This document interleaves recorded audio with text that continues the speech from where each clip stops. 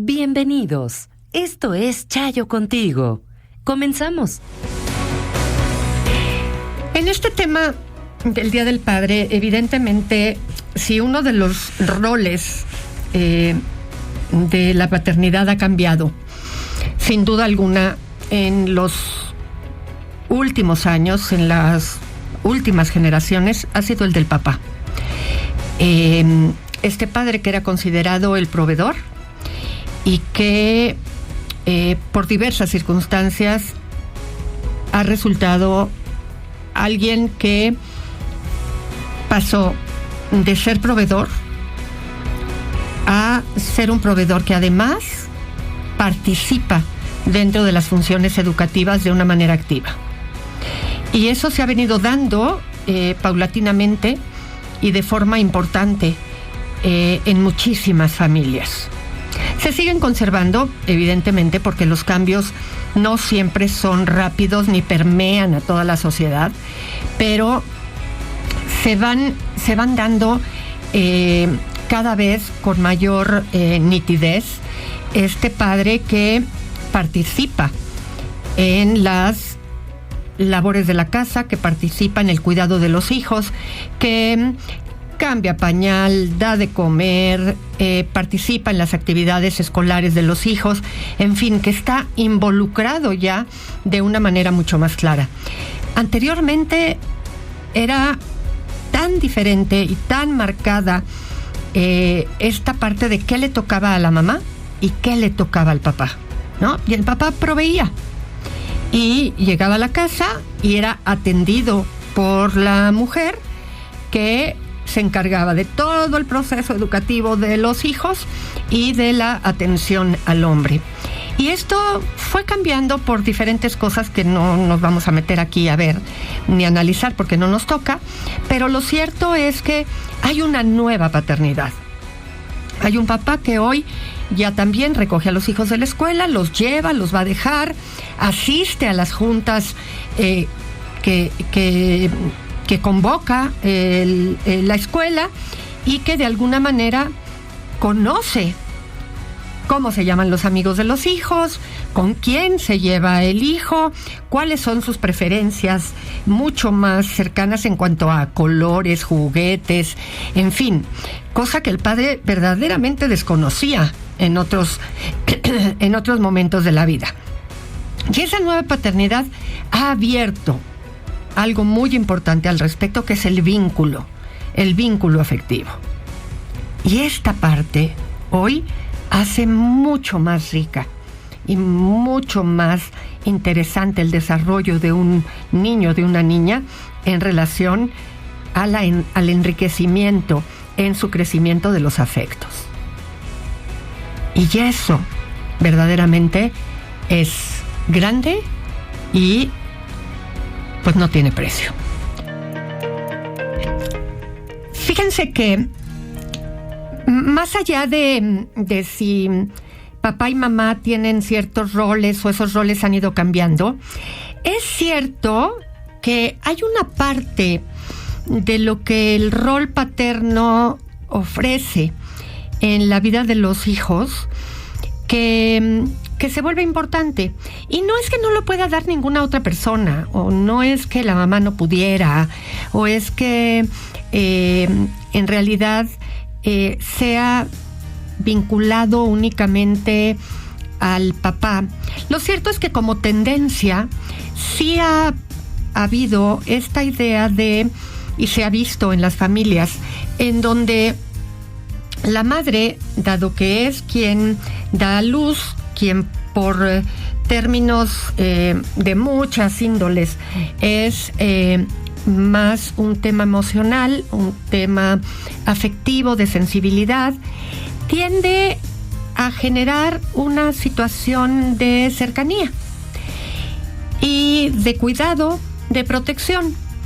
Y entonces el papá suele ser alguien que ayuda a la separación de este pequeñito, pequeñita de la mamá. Tiende a favorecer que el pequeño se distancie,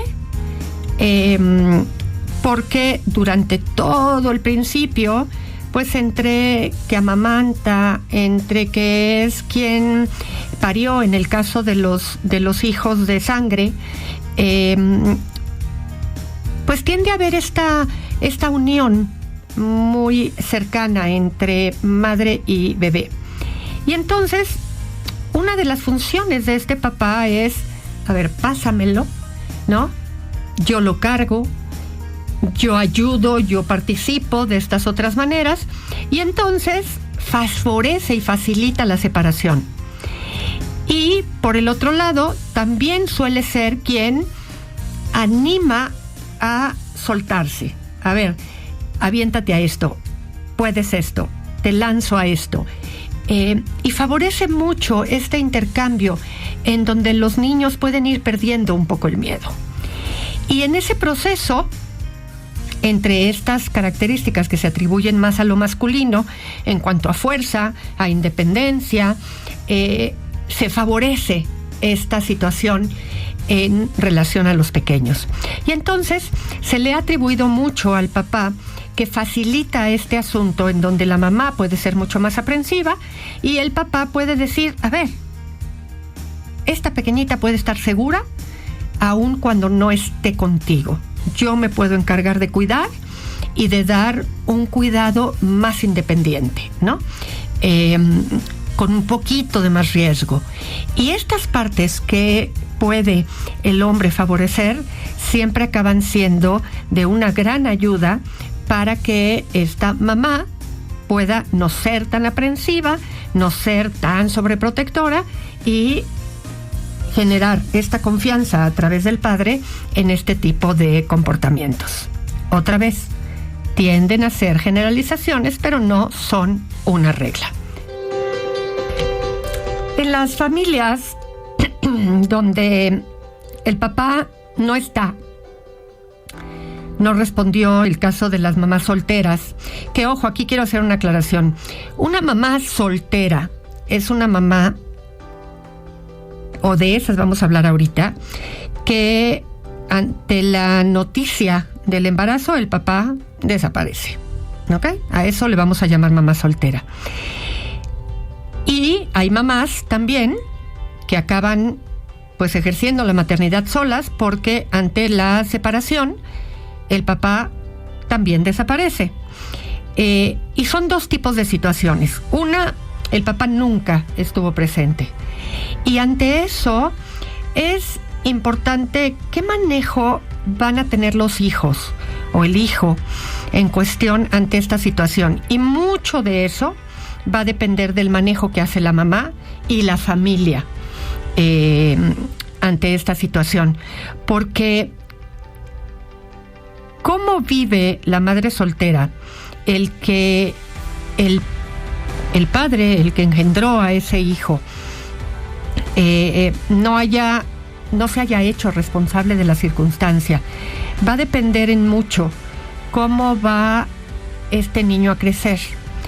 En algún momento este niño va a cuestionar dónde está este papá, porque evidentemente los niños van a conocer a muchos otros niños y van a saber que en la casa o en las familias de todos los niños hay papás y mamás, o que en las casas de las familias monoparentales pues hay dos de todas maneras, ya sean dos hombres o dos mujeres, y que cuando aprenda cómo se gesta un bebé, pues va a saber que hay un hombre y una mujer. Y entonces, el que esta mamá tenga un muy buen manejo de su circunstancia personal y sepa distinguir qué pasa con ella en lo privado y qué pasa con ella frente al manejo de este hijo, va a tener mucha influencia en lo que a ella le corresponde, en que este niño crezca con una salud mental alrededor del duelo que le va a tocar vivir en algún momento de su vida con respecto a la figura paterna. Y por eso se vuelve muy importante qué pasa con cómo se plantea esta mujer frente a su historia personal y frente a su postura frente a los hombres.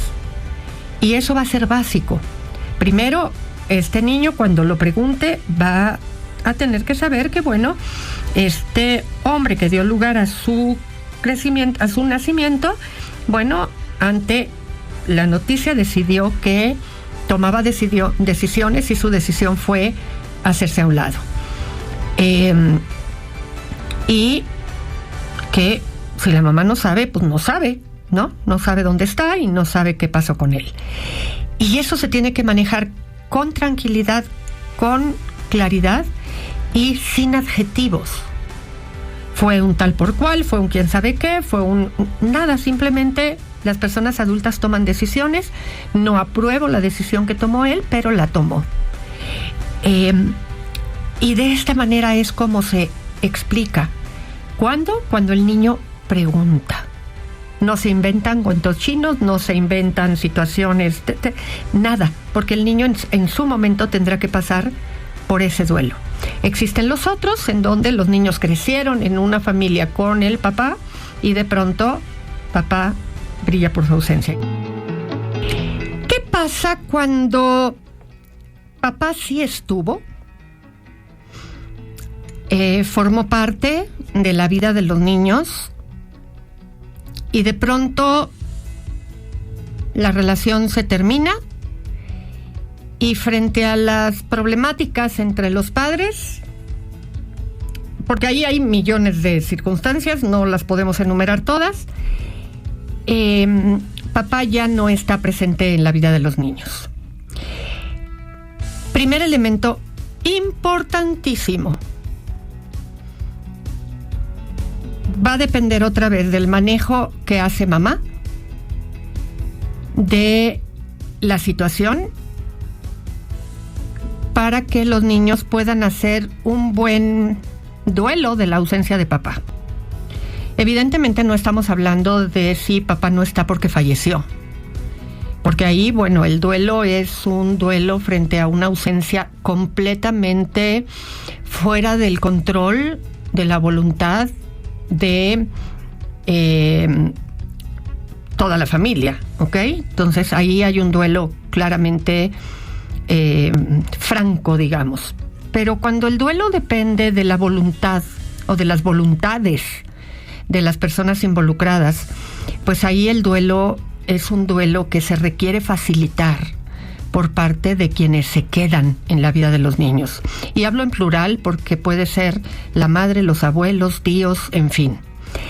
Más allá de lo dramática que sea la historia, más allá de lo patética que se considere que fue la decisión o la circunstancia de ese padre, se tiene que recordar siempre que los hijos no tienen nada que ver, que los hijos son indistintos a esa situación y que por lo tanto hay que ser muy claros en que no se debe de hablar nunca mal de ese papá. Eso no implica que vamos a hablar bien, porque cuando menciono esto siempre la mamá en cuestión me dice, ahora tengo que decirle a mis hijos que su papá era un santo. No, para nada, para nada. Simple y sencillamente es su padre, no está, y tenemos que aprender a vivir sin esa realidad.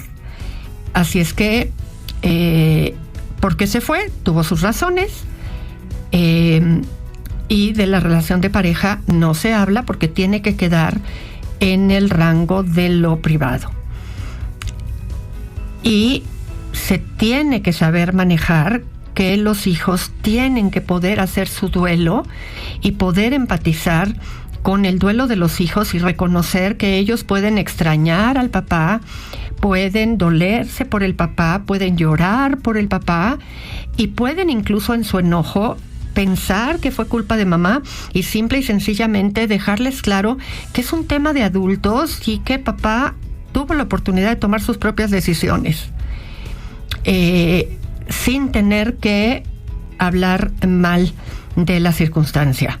Y pedirle por favor a toda la familia extendida que sean muy prudentes, porque a veces hablan con toda la confianza porque los hijos no están, pero están los primitos y los primitos vienen y dicen y tornan.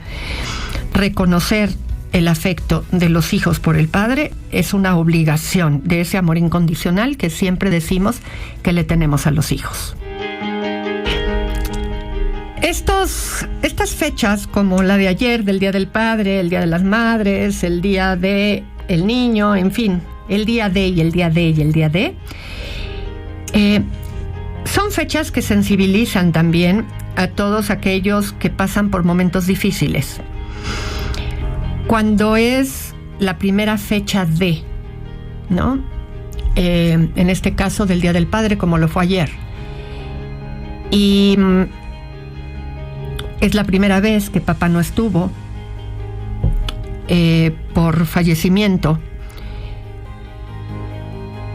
Siempre se genera un sentimiento en el que se agudiza la pérdida. Y es completamente normal. Y va dejando una cierta resaca para hoy, para mañana. Se va a volver a tranquilizar las cosas. No es que deje de doler, pero ese agudecimiento del día de ayer se reduce porque durante los duelos siempre las primeras fechas importantes se vuelven fechas en donde hay una situación complicada porque el año pasado, ese día, la persona todavía estaba. Y en ese contexto, las cosas son dolorosas. Por eso es que el duelo, el primer año, se considera un año tan marcado dentro de los procesos de pérdida. Hay que considerarlo natural. Eso no significa que por eso duela mucho, no duela mucho, pero si además de esto pensamos, ay, es que ya estaba mucho mejor mi hijo, mi hija, y ayer estuvo terrible porque, y no entendemos, y entonces está peor. No está peor. Es parte de la naturalidad de la pérdida frente a fechas en donde parecería que la fecha nos unifica a todos dentro de una conmemoración y de pronto yo carezco. Así es que tranquilos en ese sentido, porque no pasa nada especial adicionado a la pérdida que ya se está doliendo ante esto. Van a regresar un poquito a la normalidad de los días y por ahí se irá sanando la pérdida. Así es que les mando un abrazo a quienes están viviendo esto por primera vez, y poco a poco el consuelo, la resignación, que son las etapas por las que se atraviesa ante la pérdida, irán llegando. Audiocentro.